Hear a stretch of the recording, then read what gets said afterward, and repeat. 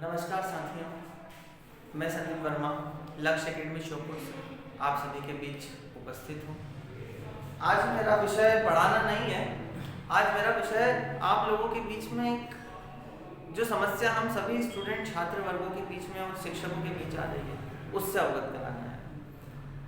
आज का जो स्टूडेंट है पिछले 1 साल से, बल्कि पिछले 3 सालों से कहूँगा, 1 साल से नहीं 3 साल से कोई एग्ज़ाम नहीं, सरकार की तरफ से हम लोग नाखुश हैं। दिन ब दिन हम डिमोटिवेट होते जा रहे हैं, दिन पे दिन। यही वह समय है जब हमको हारना नहीं है।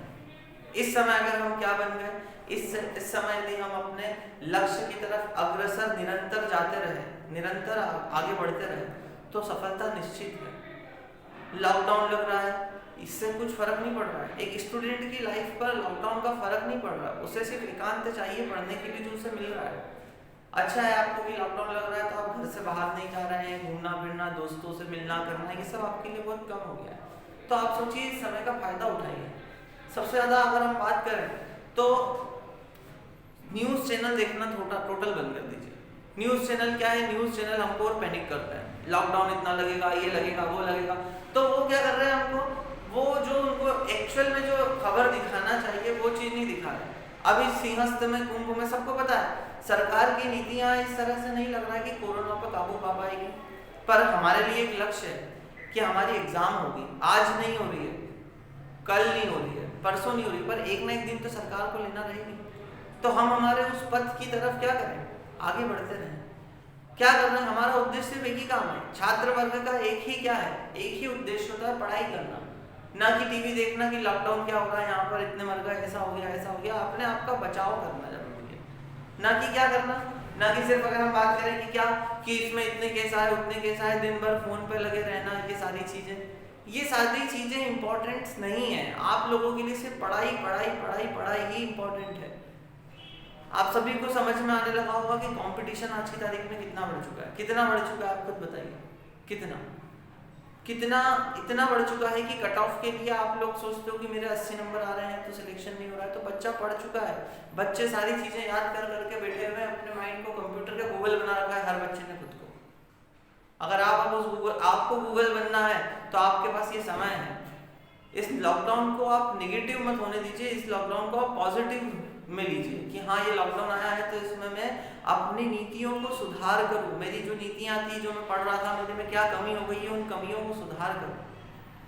अगर आप ये नहीं कर सकते तो ये लॉकडाउन आपके लिए भी वैसा ही होगा जैसा एक व्यापारी वर्ग के लिए है, क्योंकि व्यापारी वर्ग इस लॉकडाउन से नाखुश है।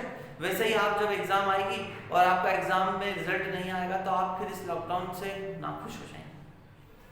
तो मैं चाहता हूं कि आप लोग सिर्फ अपने निरंतर प्रयास करते रहें अपने पढ़ाई की तरफ, अपने सिलेबस को बार बार दोहराएं, क्योंकि दोहराव करने से ही आप क्या होगा, आप परफेक्ट होते जाओगे। अगर आप ये नहीं कर पाओगे तो क्या होगा, सीधी सी बात है, अगर आप ये नहीं कर पाओगे तो फैसला आपका है। हर तरफ कोई भी व्यू पाने के लिए जितने भी यूट्यूबर से क्या कर रहे हैं, ये लिख रहे हैं ऐसा होगा, एग्जाम आगे बढ़ेगी, ये करेगी।